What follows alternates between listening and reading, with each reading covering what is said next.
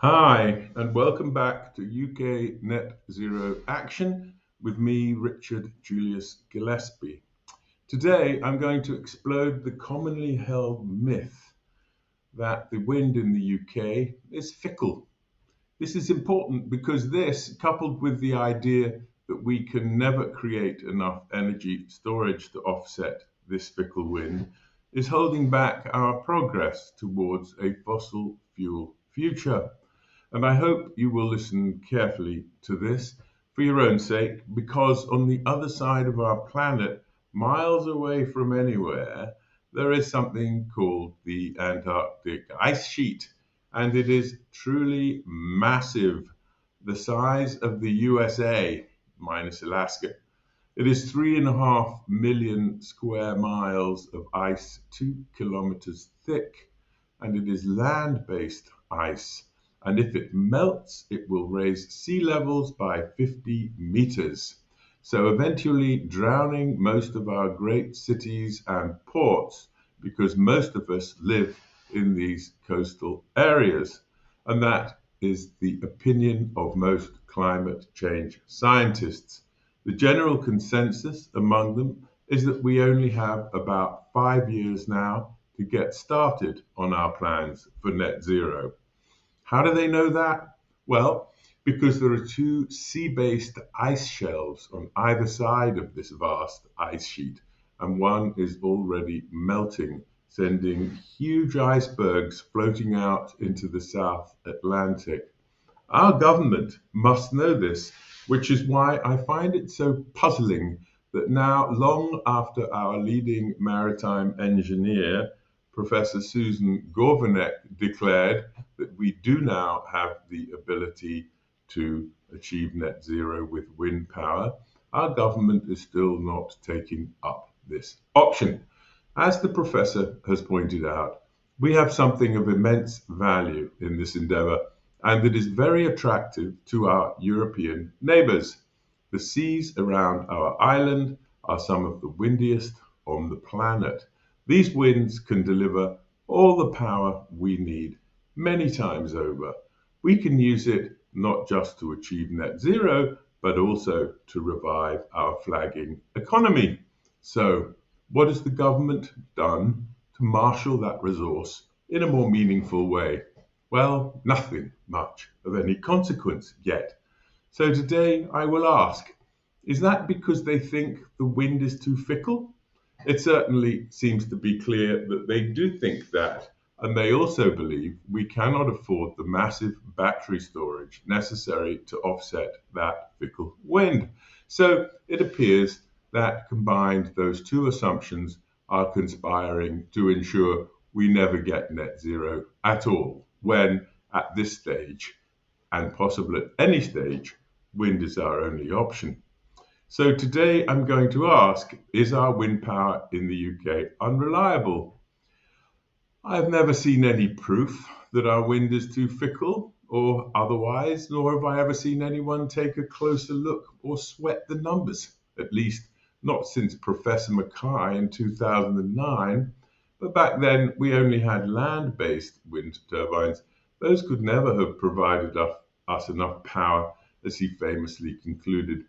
Today we have a much more powerful variant, one the professor knew of only as a hypothetical concept.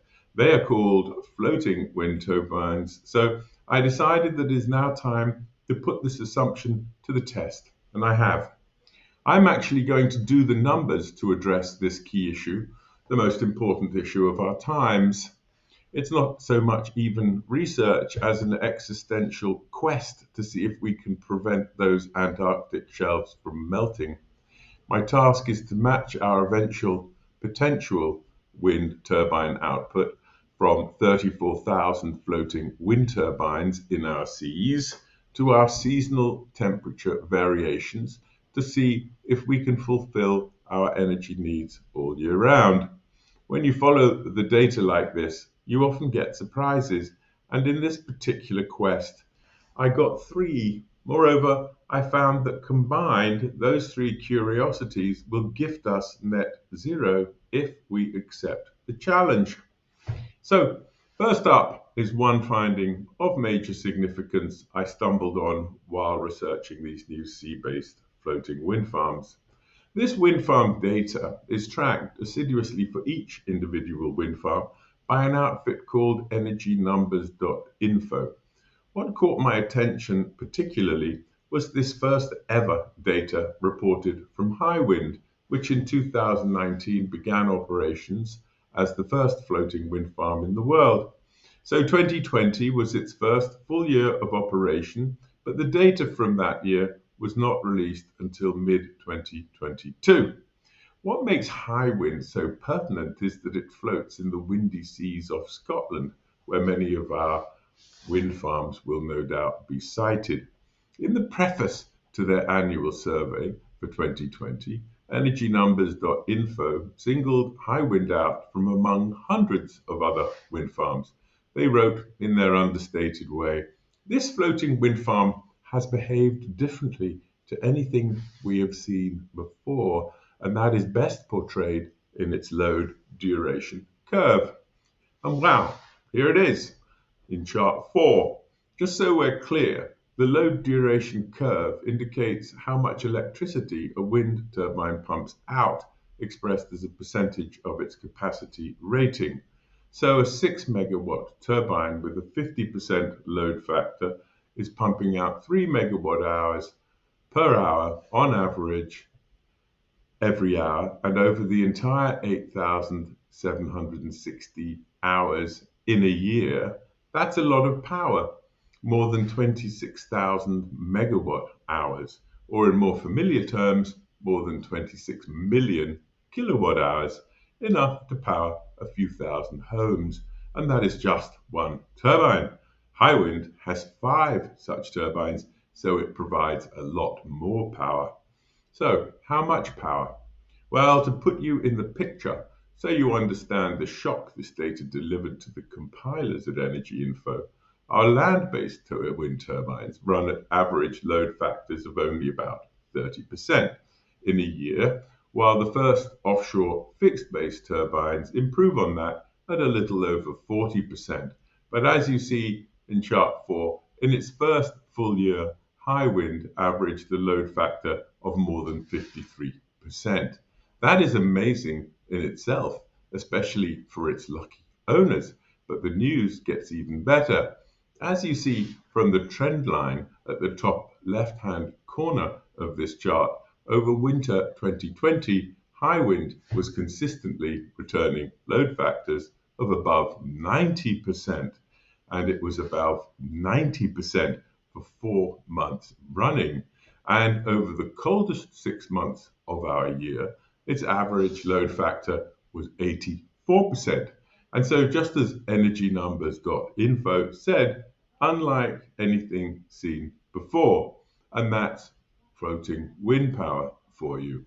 A massive step up in wind power.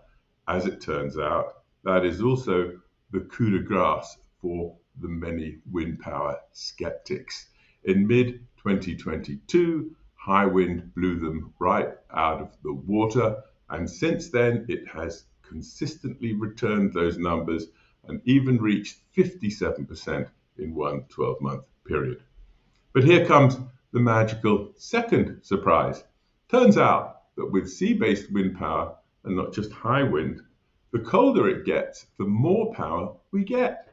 This is incredible. In effect, the data shows we get by far most of the power we need out of wind farms when we need it most, over the cold months when the heating is on. So what Hywind demonstrates is that floating wind power can produce more than enough power to heat the UK reliably over the entire period of our most intense energy consumption. And the key word here is reliably. That is for 84% of the time over our cold 6 months, and more than 90% of the time during 4 of them. So, floating wind power is the game changer we seek, and we could hardly ask for more. It will not only give us net zero, but it will give us energy independence and energy security. and in time that will vastly improve our economy and so our lives. But I've not yet finished. In this chart, chart 5, compare the column on the far left to that on the far right. This shows wind power versus local temperature for Bolter Sound, another wind farm, this time not floating, but off the coast of the Shetland Isles, in those same seas, but this time north, not west of Scotland. Here again, you see the direct relationship. The colder it gets, the more wind we get, and like Hywind, the match is perfect. Energynumbers.info can supply this data for all our wind farms if you are interested. Another area of great potential for floating turbines is our southwest coast. The wind conditions appear to be strong here all year round, but here again is a pronounced tendency for it to produce more power over the cold months and a little less over the summer. Okay, so all this looks good for wind, but how much energy will our turbines need to provide for each season? Here comes to the second magical effect in the UK. Researching our seasonal energy needs over the year, I discovered that half of all the energy we use is just for space heating. In 2022, that amounted to 764 terawatt hours, where I had previously estimated we would need 1,354 terawatt hours to meet our energy needs in the first year of net zero. So, this is a giant hurdle for wind power to clear, potentially supplying half of all the energy we need in a year over just 3 months, along with our other energy needs. This would mean we should need massively more turbines over the 3 months of winter, potentially too many to make wind power a practical route to net zero. This was my greatest fear, and so too a devastating criticism at government discussions, no doubt. But is it in fact the case? No, it turns out that while our winter season may last 3 months, in the UK we keep the heating on for 6 months, when the average temperature rarely ever rises above 10 degrees centigrade. So in effect, in the UK, it seems we basically get 6 cold months and 6 warm months, during which the heating is either on or off. And as a consequence, the amount of power we use every day in each of those 2 periods is vastly different. Over the cold 6 months, I calculate we average 4.3 terawatt hours per day, while over the warm 6 months, we only use about a third of that at 1.62 terawatt hours per day. Now, if we go back to the Hywind performance, you will recall that while it was operating at a load factor of 84% over the 6 cold months, it operated at just 22% over the 6 warm months. So the wind in the UK isn't really fickle so much as reliable over the 6 cold months and less reliable over the other 6 months. So, is this any reason to abandon wind as our best chance? No, resoundingly no. As I can show again, everything looks okay because even at that 22% load factor in summer, the 34,000 turbines I advocate well match our consumption levels as they do over the winter. Along with our other renewable resources of 50 gigawatts, producing about half a terawatt hour per day, they provide 1.74 terawatt hours per day on average, which is adequate to supply the 1.62 terawatt hours per day we would require over those 6 warm months, as I show on this table. And moreover, during this period, the consumption level is very steady, while during the 6 cold months, consumption is actually variable, albeit predictable. So over a year, we would never have to deal with a lack of predictability on both sides of this equation, the supply and the demand. Moreover, much of this other renewables power over the summer will anyway be solar, when solar will be running at its maximum output. And so together, these two sources will even supply all the surplus energy to stoke up the hydrogen reserves, as I show here on table 5. So this data confirms that our wind is not so much fickle after all as it is seasonal. It is highly dependable over our coldest months when we need it most, when our 34,000 floating wind turbines will even produce a large surplus to stoke up the hydrogen reserves for use over the summer if needed. And over the summer, the wind does grow more fickle. But then these more fickle, warm 6 months show consumption that is so much lower that we would anyway have adequate hydrogen reserves to see us through. In fact, on average, I calculate the system will be producing surplus power for reserves all year round. All this suggests that in the UK, we seem to enjoy a perfect symmetry between strong wind power in winter and a strong solar power boost over summer. All of the details in these calculations shown here on table 3. So I'm throwing down the gauntlet, but please note here the importance of my hydrogen reserves estimates over both these periods. So long as the wind turbines are generating adequate amounts of hydrogen, it is working well. And as you see on these estimates, at the 70% load factor, it supplies 25 days of cover over the cold period and 35 days using the 75% load factor. More to the point, however, is the calculation of the reserves over the warm period when the wind is fickle.